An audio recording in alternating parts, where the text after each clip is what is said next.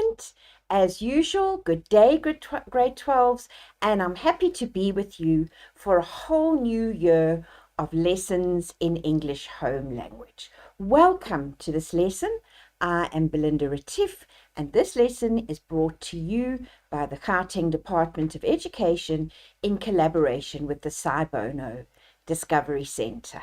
And grade 12s, I'd like to take this opportunity just to wish you the very, very best for this year. Welcome to grade 12. You wouldn't be here if we didn't think you were ready. Everything that you've been doing and all the work that you put in, especially in grade 11 and in grade 10, will be coming together in your grade 12 year. And all of the foundation has been put in place to make you ready for this year. And I know that for many of you, it is a very, very stressful time, and expectations at school and at home, and possibly even the expectations you have of yourself, are very, very high, and you do feel pressurized. And I'd really like to take time to acknowledge and to tell you that we do see the pressure that you are under, and we do understand it. And from my side, grade 12s, and on behalf of your English teacher that you have at school, I would like to tell you, if you come to class every day and you work with the teacher in the class, we together, we will get where we need to be.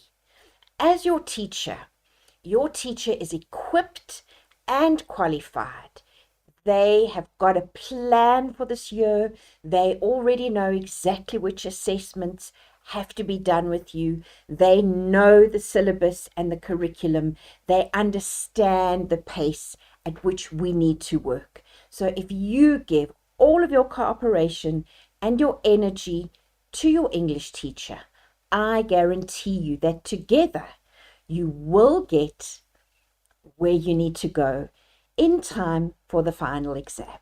And I'd like to remind you that this year is a process, so please don't expect yourself to be ready tomorrow or next week.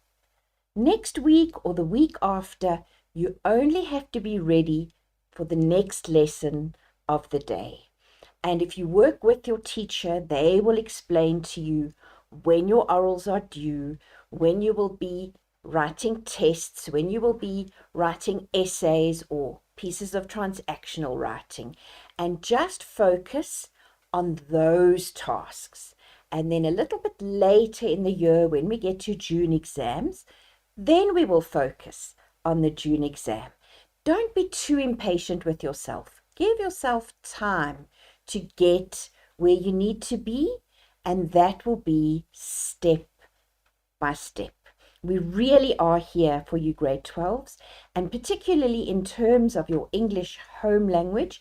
If there are questions that you have when you're watching this lesson, or when you reflect on this lesson, please go to your teacher at school and advise them what your questions are.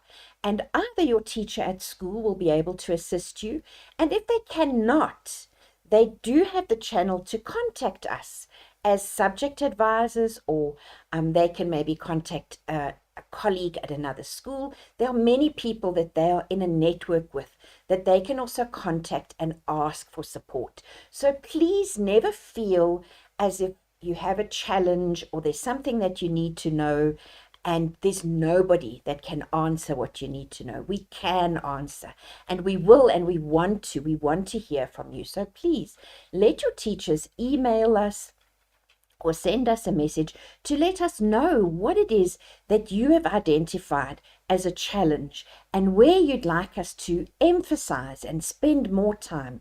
And we will so gladly do that and design our lessons around what you need and what you have identified as a need.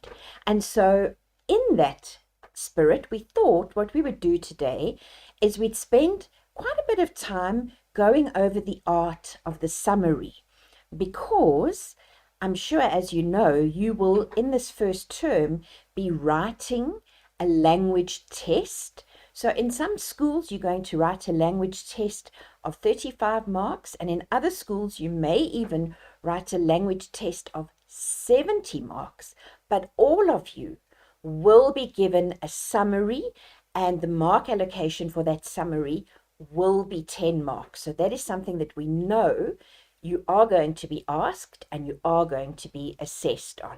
And of course, the summary also comes up in paper 2, in your June exam, in your prelim exam, and in your final exam. The summary is always question 2 on paper 1, which is your language paper, and the mark allocation is always 10 marks. So what we're going to practice today, you will use in your first term test, you will use it in your June exam, in your prelim exam, and in your final exam. So this is a brilliant place to focus your attention and to make sure that you master this skill. And as you know, when you write a summary, what we are asking you to do is to produce a shortened version of the text. That's what a summary is. We take the main ideas and the key ideas and the main points, and we put those together. And other details, smaller details, examples, lists of things, we take out. And just as a rule of thumb, what you can expect at matric level is to be given a text of 270 words long, and then they ask you to reduce that to 90 words. In other words, it's 1/3. So if you do the maths, it's 9, 18, 27. So 90 times 3 would give you 270 words. So we give you 270, and we're asking you to give us 90 words back, just so that you know how much you expected actually to take out. We really want only 1/3. And whichever text they give you has been especially chosen and designed in such a way that you are able to summarize it.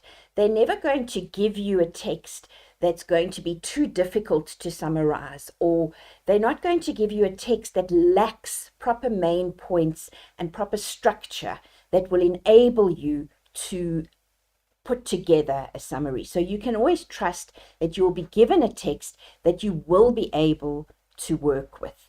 So you never have to, worry about that kind of thing. And I'm sure you also are aware, and you will have come across before, that you can do a point form summary, and that's where you would put bullets next to your points. And this is in your first additional language. So many of you possibly have Afrikaans as a first additional language, or you might have Zulu or Sepedi or Setswana as your first additional language. And in the FEL, they accept a point form summary. But in home language, and you'll see on the PowerPoint, we've got it there highlighted for you in red. Please remember, in the home language, your final answer must be in the format of a proper paragraph. And that instruction will always be in the test or the exam as well. So the instruction will say, your answer must take the form of one fluent written paragraph. So it's not like you have to remember this. You will be told in the exam or in the test that you must give a fluent written paragraph. So learners will often ask, but what if I want to plan in point form? That's fine. In your planning, you can take the points out and write your bullet points. But remember, when you've finished, you draw a line through all your planning very clearly so that your examiner or your teacher can see that they're not supposed to mark that section. And then you'll take those points and join them into one fluid paragraph. So that's just to remind you about that. Let's have a look what comes up next. Okay, often learners will say, I think as a learner, sometimes you feel very frustrated in class because you don't always know why are we doing these things. And it's not only in English that teachers get these kinds of questions. it might be in accounting or in business economics or in tourism, that learners don't always understand, why am I required to do this? Okay, and particularly with English, there are many things that we learn that are skills that we're going to take into the rest of our life. And you might take it into aspects of your social life or even your academic life or your work life. And the art of summarizing is really one that we use in every aspect of our life. So, for example, if you thought about your social life, we often summarize to make things seem more interesting, to make things seem more pertinent. So, for example, if it's Monday and you come to school and your friends ask you, what did you do on the weekend? And perhaps you went to see a movie. You're not going to say to them, oh, well, on Saturday morning, I woke up and then I spent some time reading over my Instagram. And then I looked at TikTok, and then I had a shower, and I couldn't decide if I'm going to wear my blue jeans or my black jeans. Do you understand? It's extremely boring. Nobody wants to hear that kind of detail. And if you tell that to your friends or to the people that are surrounding you, you'll probably find that quite soon everybody's drifted off because it's not interesting. So when they say, what did you do over the weekend? You're only going to tell the most interesting thing. You're going to say, oh, I went to see this movie. It was amazing. Let me tell you about the movie. And then you tell them a little bit about the movie. So that's why summarizing can be an important social skill. And of course, academically, you use a summary all the time when you are busy making study notes. You summarize what's in the textbook and you summarize what's been done in class and maybe the PowerPoints that your teacher has created for you.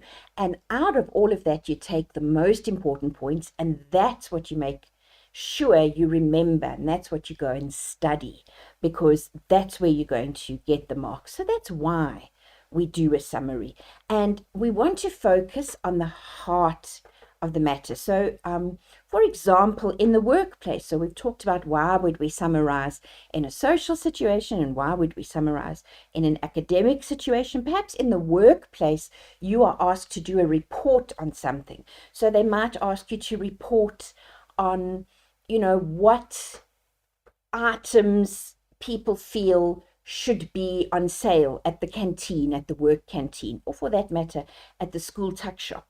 You're not going to, in your presentation or in your report, mention every single item. You're going to summarize the facts, and you're going to summarize the data and produce it for, whoever has asked for this data.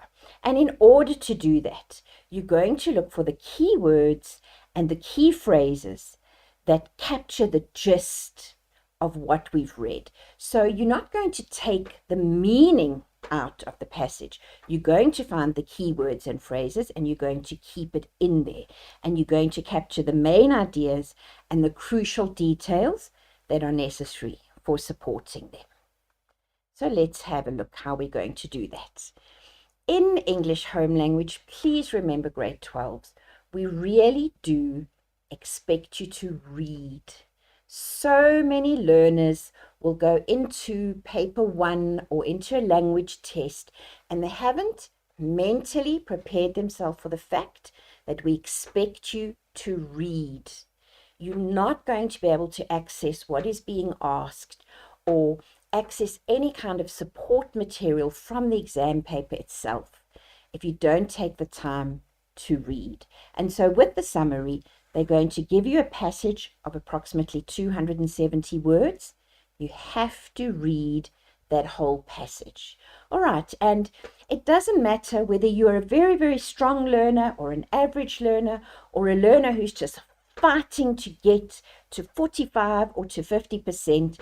Nobody expects you to magically absorb that information from the paper. It's written there for you to read and to reread. And remember, any test paper or exam paper that you receive in class or in an exam venue is yours to write on and to use. So you may take that passage and you may make notes on it, either in pencil or in pen. You can highlight, you can circle, you can delete. So you use that initial summary or that initial text as your working document. You are allowed to do that, and in fact, I expect you to do that. So you're going to read through the text, and this will give you a general overview of the content. And the next thing you're going to do is focus on headings or subheadings. So sometimes you're very lucky. They might give you a heading for your summary, or there might be a couple of paragraphs with subheadings. And that's going to be very useful because your headings and your subheadings are going to tell you what is the most important thing in this article or in this text. And another thing that you can always be very sure of is if you've got different paragraphs in your text, which you will have at matric level even, is remember that there's probably one main point per paragraph. That's what you're looking for. So sometimes what we find, particularly with stronger learners, is they're so very focused on not leaving anything out that they tend to give too much information in a summary. And so what I find really helps my learners is remembering that for each paragraph, we only really expect you to find one or a maximum of 2 points in each paragraph. And then that gives you a little bit of space and a little bit of breathing space to be able to find all the important points as the text goes on. And you might want to take note of any words that are in bold. So sometimes in the text, they might have bolded some words, and we know immediately, instinctively, that those words are somehow more important than other words in the text. So you're going to make a note of those and, try and understand that word or that concept. And remember that even if you don't understand every single word that you might be reading, either in a literature text or in a summary text, try not to let that threaten you and upset you too much, grade 12s. Yes, at home language level, we do expect you to have a certain vocabulary, and they are going to present you with words that as an examiner or as the examining panel or as your teacher, we expect you to know those words. But if you don't know every single word, it's not the end of the world. You will know, and you will have experienced this before, I'm quite sure, that sometimes from the words around, from the context, and from everything else that's happening in the passage, you can still figure out quite well what's going on. So, if I use one fancy word or one adjective that you haven't heard before, perhaps if I say,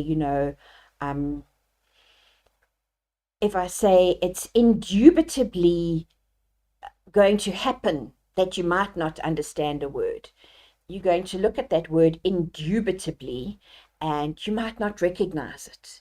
It's fine. Don't go into a panic. So what we often see is learners, you feel nervous, especially in a test situation or an exam situation, and now you suddenly see this word that you don't understand and you start to panic. Don't panic. Really, that sentence still makes sense if we take the word indubitably out. It still just means, that you have to make a summary. That's all that it means. So don't panic too much about that kind of thing.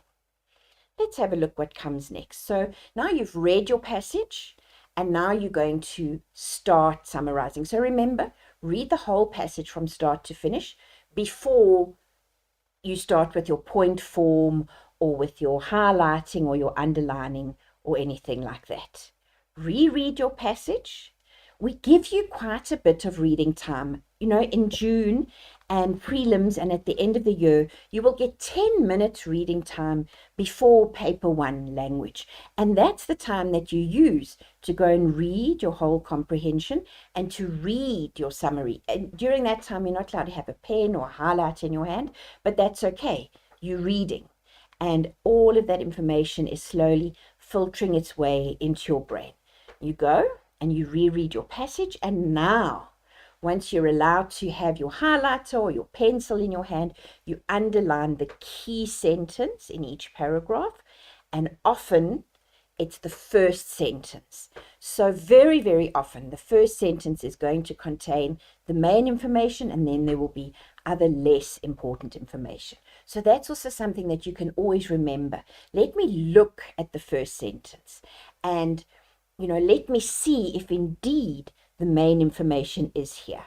And then you underline or you highlight that main information. And then you can go and on your exam paper or on your test paper, where there'll be plenty of space, you can list the main points, and you can write down the main idea of each paragraph in your own sentence, in a well-constructed sentence. And you can use your own words, but keep to the context. So don't change it completely, and don't change the tone and the style. So if the paragraph is written in a particularly formal tone or in a particularly speech-like or chatty tone, you're going to try and keep that tone, okay? But this is your draft that you're busy working on. Then let's see what happens next. So after you've now read the text once or twice, the step is a key to a well-written summary. Your writing should show now clearly and communicate what the writer was trying to achieve. So whatever you communicate must be the same as what the writer of the passage was trying to get across. And you reread the piece, you check for style and structure. This is what I was talking about a moment ago. So if the style is very chatty, or it's very academic, or it contains a lot of jargon, you want to take note of that and maintain aspects of the style. And you're going to look at the spelling and the punctuation. All right.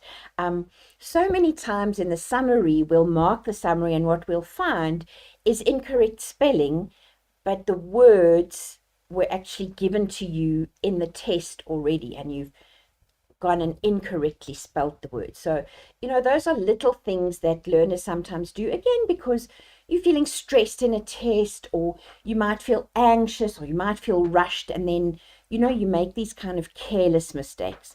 So just remind yourself always that, there's some mistakes we really don't need to make, and we certainly don't need to spell words that have been provided to us incorrectly. So give yourself that time to make sure that you're not making those kind of very careless mistakes.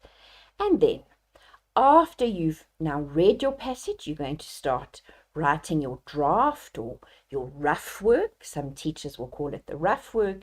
Some teachers will call it the draft. Sometimes you might even just call it your plan or your planning, but you're going to do the planning. You're going to write in the present or the past tense, depending on the question. So there will be a specific question, and if you read the question, that will inform which tense you're going to write in. And probably what you're going to do is you're going to keep the tense of the original passage. So again, don't overcomplicate it. Use all the details they've given you and keep those things the same. Sometimes what we see, particularly if it's a very topical passage or it's information that learners find quite interesting, is that they will add their own information or their own facts or thoughts or ideas. And we really do, in most situations, grade 12s, you will know this also about your grade 12 teacher, is we really do appreciate your ideas and your input, but not in the summary. Okay, remember, in the summary, we're asking you to do a very specific thing, a very specific skill, and that is to summarize information that has been given. So when you're writing your original writing or you're writing your literary essay, then we want to know what you think, and we want you to come with creative ideas and your own interpretation, either of the essay topic or of the creative writing task. But for the summary, just keep it very simple, okay? You want to accurately represent what the writer was saying. That's your job. You're not providing a critique. You're not giving an opinion. Not here. Just tell us what the writer was trying to say. That's the most important thing. Let's focus on a few things. You're going to read all the instructions that are given to you. You're going to identify the aspect or the topic that you need to summarize. You're going to write the topic in large, bold letters at the top of your planning page. This is so important. Again, it's a kind of test and exam technique that can be so useful to you in a stressful situation. We often see that somewhere between reading the question and answering the question, learners forget what they were asked, or they forget what they started writing about. And if you write your topic at the top of your page and you make a big cloud around it, or you can highlight it, or as it says here, you write it in large bold letters, then you can immediately, while you're working on your planning, remind yourself of what was I asked. Okay, and this comes up time and time again. So sometimes you might get a test back or an assessment back, and you're not really happy with the mark, and the only feedback you get from your teacher is you didn't answer the question. And you always feel a little bit deflated by this, because you were under the impression that's exactly what you did. They gave you a question and you answered it. But sometimes what happens is you forget exactly what was asked, or you go off the topic. And so when you're writing your literature essay or your creative writing essay or your summary, in your planning, on your planning page, if you keep the topic there, then it's like an insurance policy that you've got for yourself. You're not going to go off topic very, very easily. And then you're going to read that identified topic before you read each sentence to ensure that you remain focused. Just go, give yourself time and be systematic. Like I was saying at the beginning of the lesson, let's not expect ourselves today to be ready for our final paper that we're going to write in October or November. Let's just focus on our tests for the first term. Let's be ready for that. And with the summary that you're going to be doing in your first term test, just go systematically. It should take you about 20 minutes from start to finish to get the summary done, maybe 25 minutes. Give yourself all of that time. A summary takes a little bit longer than other questions sometimes do, but they've given you the time in the test period. They will give you enough time. So if you write for 35 marks, they should give you at least an hour to write and your 10 minutes reading time. And grade 12s, if this doesn't happen, if at your particular school they don't give you the reading time, or they only give you 45 minutes for the 35-minute test, you should actually approach your teacher about that and ask in the most respectful way possible, what can be done in order to accommodate the amount of time that you need. So they should not be asking you to answer any more than 35 marks in an hour, plus there should be 10 minutes reading time before you actually start writing that test. And if that's not happening at school, you need to approach the right people, and you need to ask for them to design the test timetable in such a way that you get enough time. So that is just something that really you should pay attention to. You're going to pull out all the main ideas in your summary. You're going to focus on the key details. You're going to use keywords and phrases, and you're going to break down larger ideas. So all of this, that's what a summary is about. So, that example that we used about, what did you do on Saturday? I'm only going to take out the main ideas, the things that were interesting. I went shopping, I bought an awesome pair of shoes, I went to the movies, I met a friend, I had a milkshake. Those were the main ideas. I'm not going to include things like I drank 4 glasses of water, and I parked in parking G37, and I walked up the escalator because there was load shedding in the shopping center. Those are not the main ideas of what did I do on Saturday. So you're just going to use your larger ideas, and you're only going to write enough to convey the gist. Okay, this word, just the main ideas are what is required. Nothing more than that. Write succinct but complete sentences. Grade 12s, you have been learning since you were in grade 1. I think in 2013, most of you were in grade 1, they taught you capital letters and full stops. And I cannot tell you how many times I sit with a child's work in front of me, and your teachers will tell you this, and I'm very serious. When you get to grade 12, you are 17, 18, 19 years old, and you cannot be bothered to use a capital letter at the beginning of a sentence and a full stop. It's completely unacceptable. It's like arriving without your shoes at the matric ball. It just won't fly. So when you're writing in any exam, but particularly in an English home language exam, please make sure you use complete sentences unless you are specifically asked for only one word. And a complete sentence has got a capital letter and it has got a full stop. And we expect you to do that all the time. And we shouldn't have to tell you.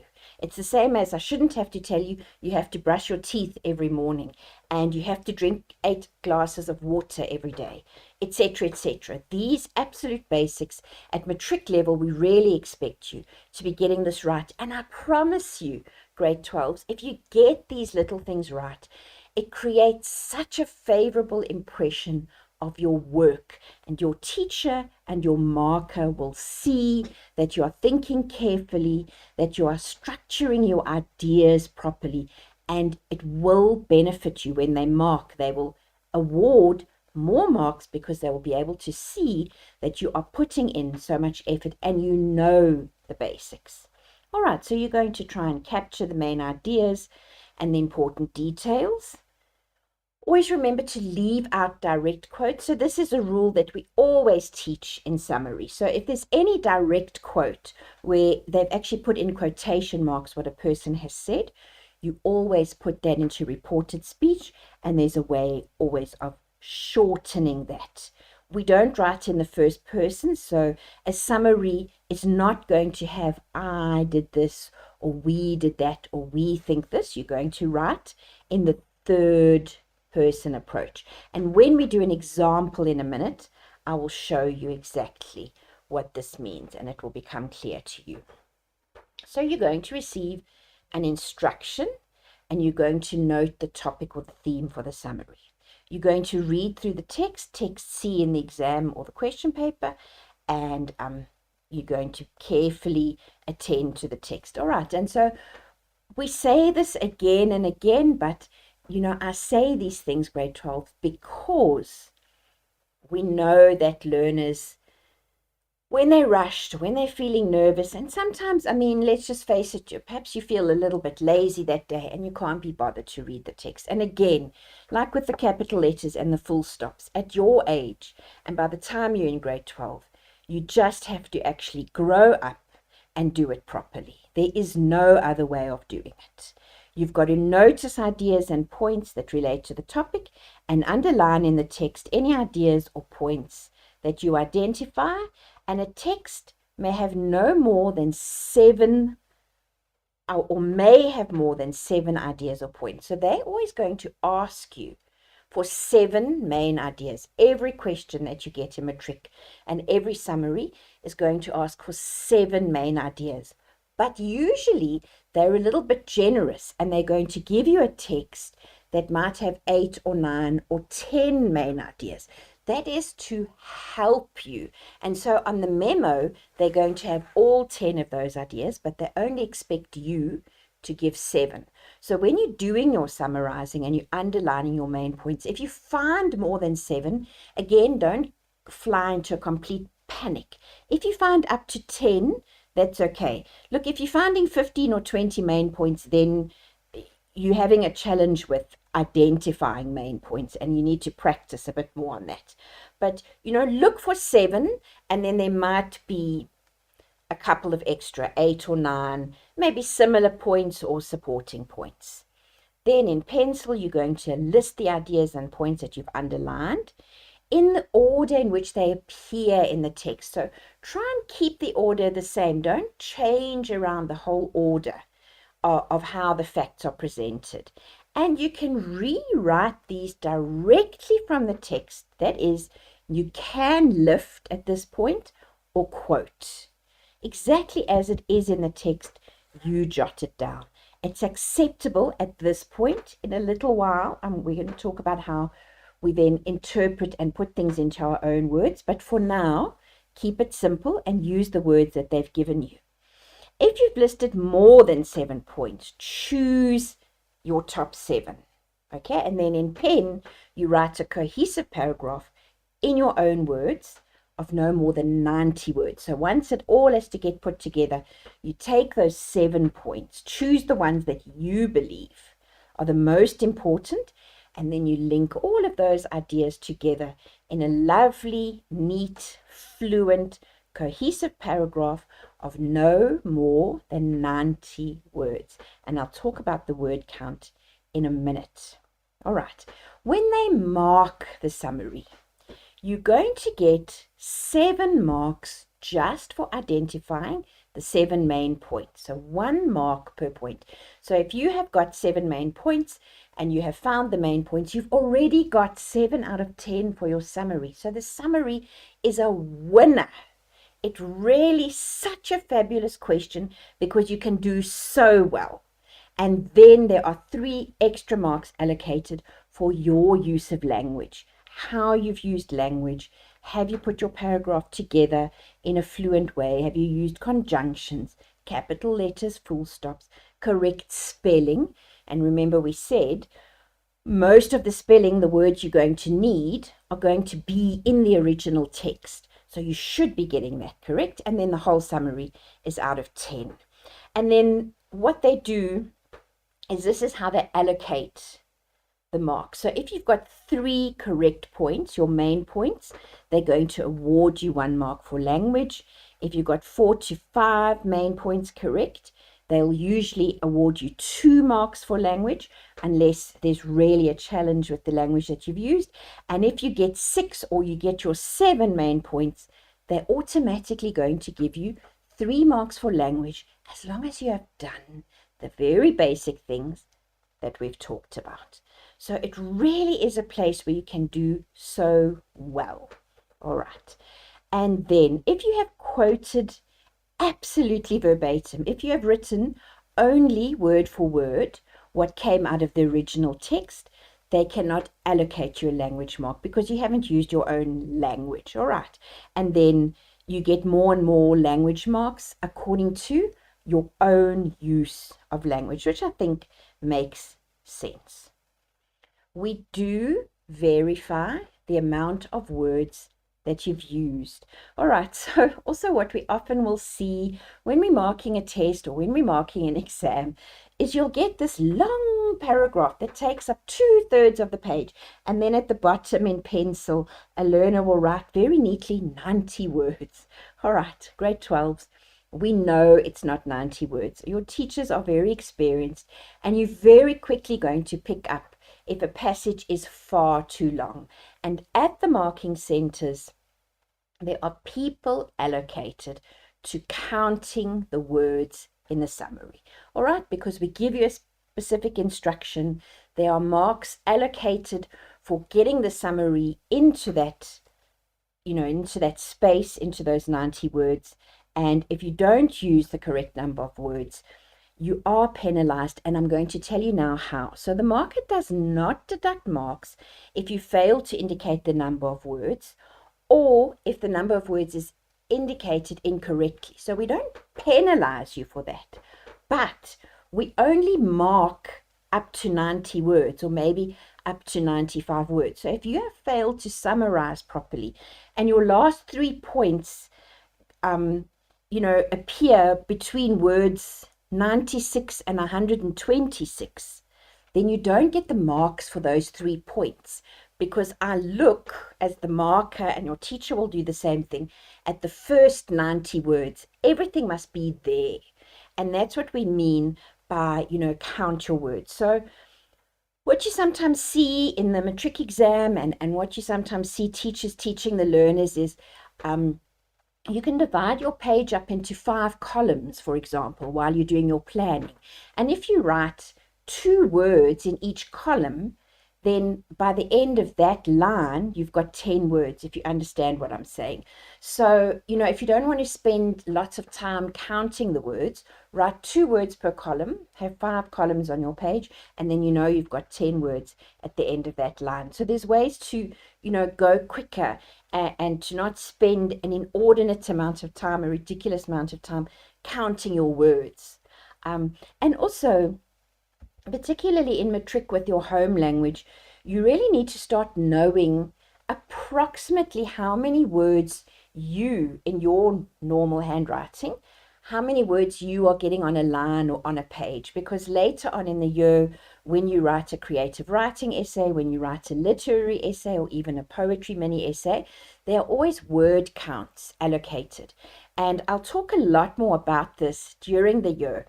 But what I don't want, grade 12s, particularly in a literary essay or creative writing essay, I do not want you spending 5 minutes counting your words.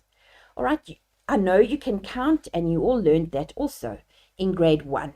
You do not have 5 minutes to waste on counting your words. Those 5 minutes you must spend on planning your work and improving your work and perfecting your work and putting your ideas together. And then you will know that, for example, in your normal writing, you get 250 words on a page. So if the instruction is write 250 words or write 400 or 450 words, you know approximately how many pages that is. And that's all you need to do. All right, so you don't have to count every single word. You can count maybe the lines. So let's say you get an average of 8 words per line. Then you know that after, 10 lines, I've got 80 words. After 20 lines, I've got 160 words. Approximately, that's fine. We only need it to be approximate. Okay, and then coming back to the summary, remember that after 90 words, if you write too much after 90 words, we're simply not going to mark it. And so you will lose out that way. Okay, and that it really is, we do pay attention to the word allocations. Then a couple of things that you're going to remember as you're doing your summaries. You're going to delete descriptions, examples, explanations, and elaborations. All right, so for example, if it said, it was a beautiful sunny day, it was 32 degrees, the sky was bright blue, the birds were singing, there wasn't a cloud in the sky. The main point is, it was a beautiful sunny day. All the rest of that is a description and an elaboration and an example. All of that comes out. The main point is, it was a beautiful sunny day. Then you might want to replace jargon with your own words, okay? And this is where your own use of language comes in. So if they've used a lot of jargon, in other words, very subject-specific kind of words, you're going to use your own words. You're going to keep the main idea. You're going to list key concepts as they are identified in the text, which we said before, and you're going to write down the 7 points that you've identified. All right, so let's have a look at an example of a question that came out of a past paper. So in the past paper, it said, text C discusses research done on the spread of fake news. So they always give you a little bit of information. So the very first thing they do is they tell you what the text is about. So now already your brain is working and they've helped you. So the question has actually given you information and it's told you, okay, I'm going to talk about the spread of fake news.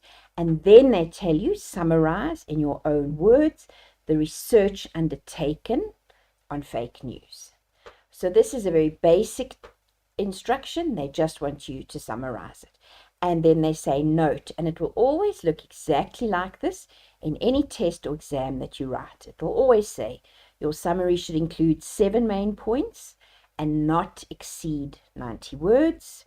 You must write a fluent paragraph. So remember, I said to you, they will always remind you in the test or the exam that they want a fluent paragraph and not point form. So there's that information. It will always be there. You are not required to include a title. So don't even waste your time writing a title. They don't count the words. They don't mark the title, okay? And indicate your word count at the end of the summary, which we've already talked about in detail.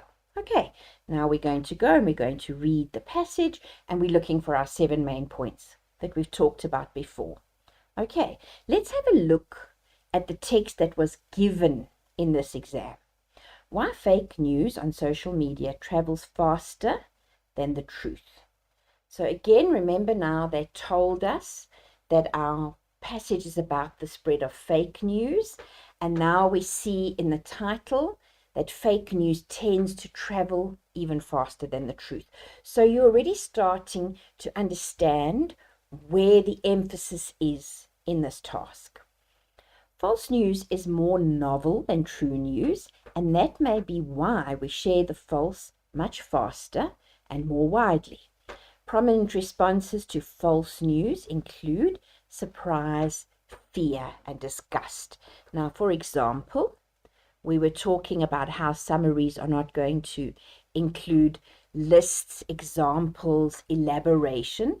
So I'm just pointing out to you already as you're reading, you're seeing that this is extra information that's not going to be in the actual summary. True news tends to be met with sadness, joy, anticipation, and trust. And again, a list of similar examples and adjectives. Humans are more likely than automated processes to be responsible for the spread of fake news.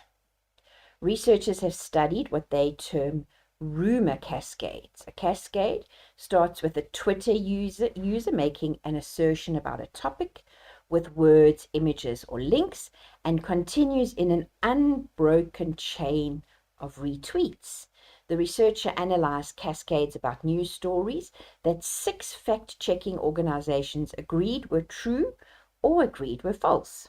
The study found that falsehood diffused significantly further, faster, deeper, and more broadly than truth in all categories of information. And now remember, we said we don't include any direct quotes. We always put that in our own words. So as you're reading initially, you're already starting to identify places where you can put your summary skills to use. And again, you know, words that are similar and words that are used as examples and explanations, like falsehood diffused significantly further, faster, deeper, and more broadly.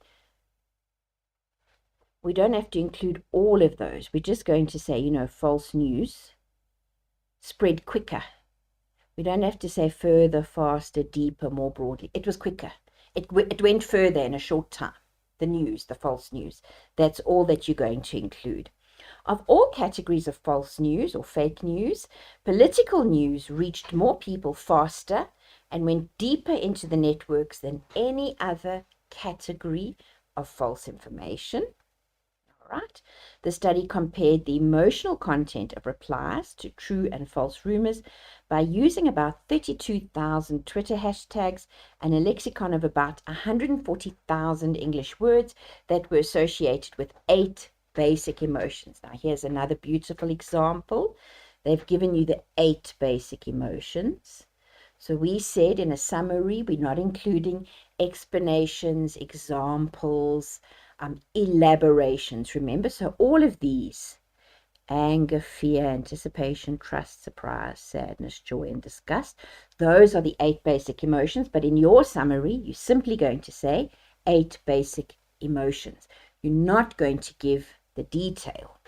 Were automated processes or bots the main culprit in spreading falsity? No.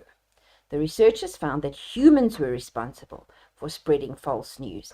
And if you look carefully, for example, here, these 2 sentences are actually saying the same thing. They're simply saying bots do not spread false news, humans do. So can you see how your summary is coming together? And do you also see how, for example, some jargon doesn't have to be included? So if they're talking about bots or robots using automated processes. You don't have to include all of that jargon. You just have to say, robots do not spread false news, or AI, if you want to use your own words. You can bring in your own word. It's not a new idea. It's simply a synonym for a bot. You could just say AI does not spread false news as much as humans do, for example. That's all you need to say. Let's have a look at the rest of the paragraph. The researchers were more interested in identifying the factors that spread true and false news, and they included interviews with users, surveys, lab experiments, and neuroimaging. So again, these are the methods that they used. They did interviews, they did surveys, they did lab experiments, and they did neuroimaging. So we're not going to include all of that. We're just going to say researchers studied various factors in the spread of news. That's all you're going to say. The researchers' paper points to some obvious reasons to look deeper. False news can drive misallocation of resources during terror attacks and natural disasters, the misalignment of business investments, and misinformed elections. So, false news can drive. Now you take out the jargon, you take out the specific examples, so misallocation of resources, natural disasters, misalignment, and perhaps what we could say is that false news, and here's where you put your own words in, leads to incorrect decision making. So all of these things, the misallocation of resources during a terror attack or a natural disaster, the misalignment of business investments or misinformed elections, all of that is wrong decisions that were based on the false news. So you simply have to say false news can lead to incorrect decisions or wrong decision making, for example. More openness by the social media giants and greater collaboration by them with suitably qualified partners in tackling the problem of fake news is essential. Let's have a look at that sentence. More openness by the social media giants and greater collaboration with suitably qualified partners in tackling the problem of fake news is essential. So let's look at that sentence and look at how we can make it so much shorter in order to work for a summary. So more openness by social media giants, and then we don't include examples, elaborations, and any of that. So you can leave out and greater collaboration by them with suitably qualified partners in tackling the problem of fake news, because we know we're talking about fake news. So more openness is essential. More openness by the social media giants is essential. That's what the sentence is actually saying, and that's what we're requiring you to identify. Traditional journalists are potential partners too. Since they find, check, and disseminate news, they are well placed to assess the reliability of the reports that they receive. They also attract masses of comments online and generate discussions on social media platforms. They have a clear incentive to maintain trust in their own contributions to democratic life. And the passage goes on. Researchers focused on the chain reaction caused by Twitter users. Subsequently, organizations were appointed by the researchers to verify the story's authenticity. Researchers revealed that false news, particularly fabricated political news, spreads more rapidly and pervasively than authentic news. Okay, and that's actually not a new point. They've already actually said that. So remember when I said sometimes you'll find more than 7 main points? What you might sometimes find is that your main points land up being extremely similar. And so then when you're deciding which are the 7 that you want to present as part of your summary, the ones that look extremely similar, you're only going to choose one. Researchers analyzed replies to rumors by studying hashtags and emotionally charged words. Various methodologies were used to isolate the factors causing the spread of fake news.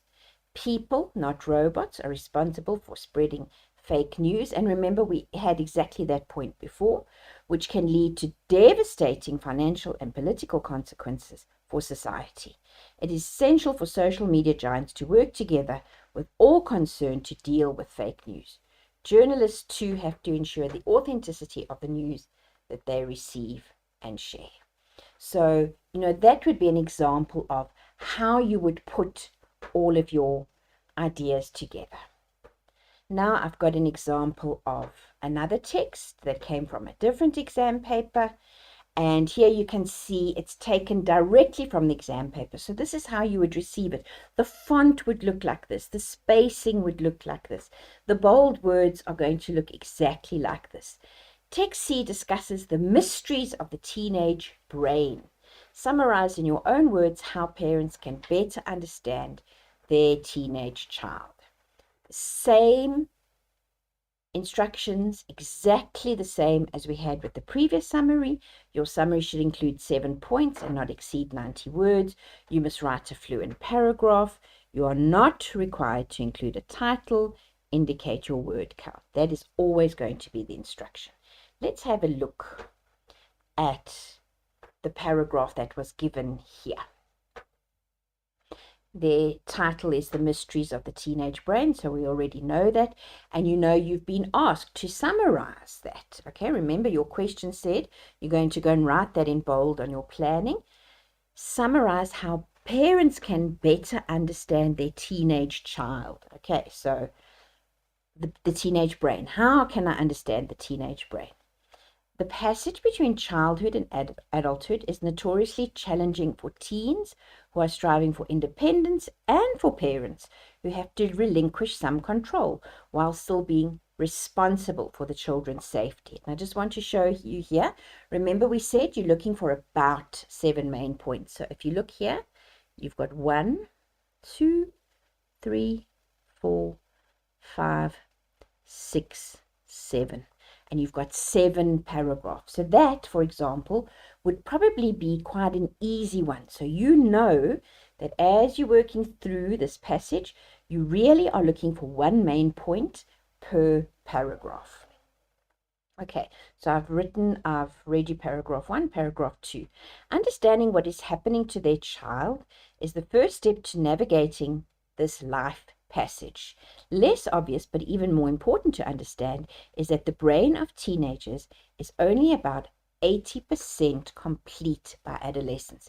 And I want to draw your attention to this paragraph because we said that very often the main idea is going to be at the beginning of your paragraph. Very often, but we didn't say always. And if you look at this paragraph, you will see that the important thing here, the most important thing that will help all of us and even help you as a teenager to understand how your brain works, and what people don't always realize is that when you're a teenager, even when you're 17 or 18 or even 19 years old, your brain has only developed up to 80%. It actually takes almost until the age of 24, 25, 26 for your brain to actually be developed to its fullest extent, its fullest potential. So that is a very important fact. And remember, they were asking, how must I understand my teenager and my teenager's brain? All right, so there's your main point. Teenagers are wired for risk-taking and novelty and reward-seeking, but the frontal and prefrontal cortex, the parts of the brain responsible for executive functions, cause and effect, empathy and impulse control, are not fully connected until the mid-20s. Okay, and it's actually the same thing now that they said here, that the brain is only about 80% complete. So you see there's a lot of repetition. This explains why an otherwise smart, capable teen can do something foolish in the moment. They lack the split-second decision-making that might warn them of possible danger. And here we've got a nice example of quotation marks. And remember, you're going to not give the whole exact quote. Teens are impressionable, which makes them absorb information easily. Their primary job is to learn, and studies suggest that their IQ scores increase in enriched environments, says Dr. Frances Jensen, a neuroscientist. But being so open also makes them susceptible to danger. In her opinion, the digital invasion has resulted in the most overstimulated generation in history. Their heightened reward centers will respond to good marks at school, but they will also keep them hooked to likes on their phones and devices and to the repetition of playing and winning digital games. The teen brain can get addicted harder, faster, and for longer than an adult brain, with permanent damage in some cases, she says. But they're also at an age of self-discovery and identity seeking, and respond well to scientific facts and data. Give them information. Tell them stories about teens who made bad decisions and got into trouble. Arm them to make sensible choices. And there you can see that the main point is also at the very end of that paragraph. All of that is about, giving teenagers the correct information that will help them make the sensible choice. What she's saying here is you can't just tell a teenager, you have to give them the information so that they can understand why. Okay, they've got to have the choices. Cape Town clinical psychologist Dr. Annetta Shaw points out that teen rebellion, withdrawal, or a stubborn lack of communication is often the result of parents getting in the way via preaching, knowing better, or just wanting to be protective, which I think is, exactly what you would tell me is happening if I asked you. And teens are in a period of preparation towards integrated behavior and realistic goal setting, she says. And parents' biggest role is to help them think things through and not think on their behalf, which I think is quite an important point. So here we've got an example now of the quotations that come straight out of the text and the points that you would make. So you are going to point out in your summary that teenagers do not have a fully developed brain. Teenagers engage in risky behavior. Now, to show you how you're going to make a paragraph, you could, for example, join these two ideas. So when we talk about writing a fluent paragraph or using your language correctly, this is what I'm talking about. So I'm not going to write in my summary, teenagers do not have a fully developed brain. Teenagers engage in risky behavior. It's a boring way of writing. I'm going to write one sentence. I might say, teenagers do not have a fully developed brain, and that is why they might engage in risky behavior. So I've taken those two ideas and put them into one sentence, but I've still got two main ideas. And I'm using my language in such a way as to make the paragraph flow and sound, like it belongs together. My third point is key areas of the brain which control actions, understanding, and impulsivity are underdeveloped until young adulthood. They are unable to act decisively in a tricky situation. Teenagers are impressionable and are more receptive to information. Their lack of discernment makes teenagers vulnerable, and teenagers respond positively to rewards due to the influence of the digital age. So those might be some of the points that you take out. And then, as I said, remember the examiner or the teacher that set the test is asking you for 7 main points, but in most cases the passage that they give you is going to have more than 7 main points. This is to help you. They actually give you more than you need in order to finish the task. So you could also have included any of these. Teenagers are prone to harmful addictive tendencies, but they are drawn to scientific information on their journey of self-discovery and identity seeking. Parents who are overbearing cause rebellious behavior from their teenager, and teenagers are being prepared for the real world, which is, I'm sure, what your parents and your teachers are telling you all the time. There's a real world out there. And here's an example. And this one is 104 words, but they've included all 11 points. So you wouldn't have to include all 11. So look at how neatly it comes together. Teenagers do not have a fully developed brain. Key areas of the brain which control actions, understanding, and impulsivity are underdeveloped until young adulthood. Consequently, teenagers engage in risky behavior.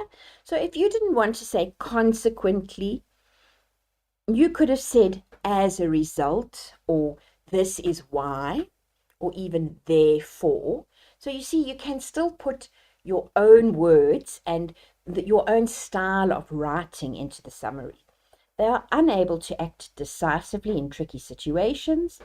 Although teenagers are able to absorb scientific information easily, their lack of discernment makes them vulnerable to various media, and they respond positively to rewards due to the influence of the digital age. In addition, so instead of saying in addition, you could have just said also if you wanted to. They are prone to addictive tendencies. Parents must avoid being overbearing, as this encourages rebelliousness. So you didn't even have to say rebellious behavior. You could have said, as this encourages rebelliousness. Then I could have got my word count down. They should acknowledge that their teenager is preparing to take on adult responsibilities. So I hope grade 12s, from these two examples and, talking about how we approach these texts, I hope you've seen how doable the summary really is, and that the fact that a mark of 10 out of 10 or 9 out of 10 is really within the grasp of every single candidate out there. It's really not to say that only the strongest candidates can actually get 10 out of 10. All of you, if you do exactly this process, you're going to get 10 out of 10 for your summary. And so on the language paper, that's 10 out of 70. It's much more than even 10% of the paper where you've already got such a lot of marks, a big chunk of marks in the bag. Let's have a look just once again at what we've talked about. Read the passage and identify the central idea. Identify the 7 main points. Underline them. Underline the keywords that relate to the topic. Make notes on your question paper. Use your highlighters. Remember, that question paper is yours. You can write on it. Even if you copy 7 points, word for word from the passage, you will still get 7 marks for those 7 points. Okay. But they won't give you any language marks. And then all you have to do is change it up a little bit, join some of the ideas together, use some of your own words, and then you can get 10 out of 10. Don't repeat your points. If you want to, you can provide then 8 or 9 points. If some of the points seem very repetitive, rather include more so that you know you've covered everything. It's not necessary in the exam to rephrase the whole passage.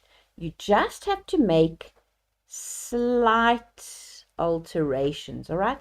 And this information that I'm telling you now has come straight from the mind of the chief marker on the language paper. Okay, so I didn't think this up and decide to come here and tell it to you because I thought it sounded nice, all right? The people that work with these exam papers and with these questions year after year, this is what they are telling us, okay? You can obtain more marks if you do the following. Substitute a single word with a synonym if you want full marks. Remove a word from the original sentence, or you can add a small word as well. Just change a punctuation mark as long as it doesn't alter the meaning of the sentence. Change the tense of the sentence. Change the order of the sentence. So, for example, let me give you an example of how you would change the order of the sentence. Let me just go one more back. If it says teenagers are prone to harmful addictive tendencies, all I need to do to change the order of that sentence is I could say addictive tendencies are often seen in teenagers. I've said the same thing. I've just changed it around very slightly. And that's what we're saying to you. Find that main point and then just very subtly and very slightly put your own spin on it, and then you will get the marks. All right, so to recap one more time, just so that everybody is with me, all right? Read the passage and identify the central idea. Identify your 7 main points. Underline your topic on your question paper. Underline the keywords. Make notes on your own question paper. Use highlighters to identify your keywords and phrases. The question paper belongs to you. Even if you copy 7 points word for word, you'll still get 7 marks. Okay? Don't avoid your points, provide 8 or 9 points. Don't repeat your points. Remember that it's not necessary to rephrase the entire passage. Just do those little changes. That is enough. It's going to be enough. Make your slight alterations. Use your synonyms. Remove a word or add a word from that original quote. Change the punctuation mark. Change the tense. Change the order, as we said before.